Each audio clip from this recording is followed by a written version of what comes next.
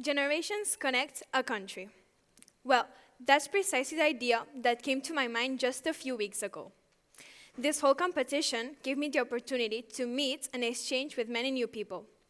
And I realized how uniquely we, in Catalonia, value the bonds between generations. I was born and raised in Catalonia, and throughout my life, I've always been extremely proud of my cultural heritage. Throughout my life, I've been very close to my family, a constant presence that I perhaps took for granted at that time. I vividly remember those afternoons where my grandparents would pick me up from school with their warm hugs bringing sweet pastries and juice. They would then take me to the park where we'd spend the rest of the afternoon together, playing and having fun.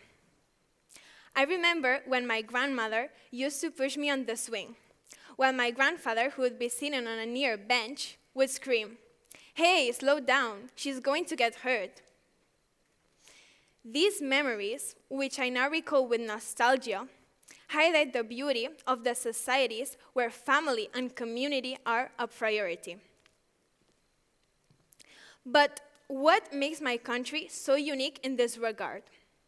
Well, studies from the European Social Survey indicate that around 65% of Spain's senior citizens have weekly contact with younger members of their family.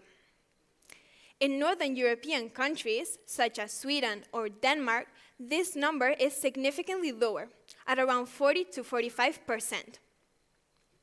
Why is that? Why do some societies prioritize intergenerational bonds while others don't? Well, to answer this, we must first look at the beauty of these connections. Psychologist Dorinda Schroberts describes them as a superpower. A grandparent's love, a parent's guidance, a child's curiosity. This cycle builds strong, resilient societies. And in times of crisis, these bonds become lifelines. However, we must also recognize the challenges. Strong family ties often come at a cost.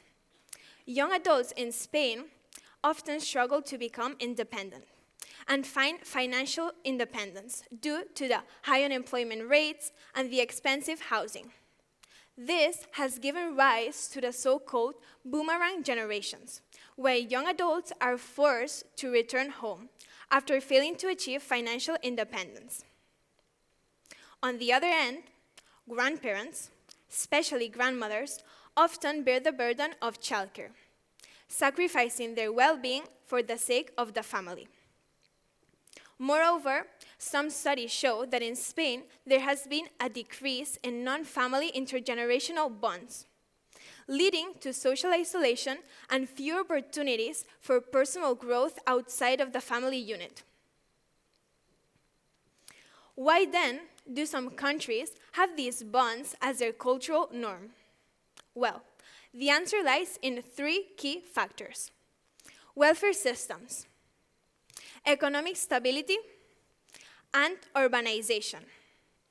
In places with strong social welfare systems, such as Sweden and Denmark, the extensive childcare and elder care reduce the need for family-based support. And in wealthier countries with higher economic stability, people have the opportunity to become independent much sooner due to the higher wages and the affordable housing. And in highly urbanized, mobile societies, work opportunities often force families to live apart, weakening intergenerational ties. So, what do we take from all of this? Should we abandon intergenerational ties for independence? Should we resist change to preserve tradition? No. The answer lies in balance. Given the times we're living in, our concept of community and our sense of belonging are more important than ever before. That's why, next time you're having dinner with your family, I encourage you to use this time as an opportunity to reconnect and exchange memories with them. Let's not take intergenerational bonds for granted.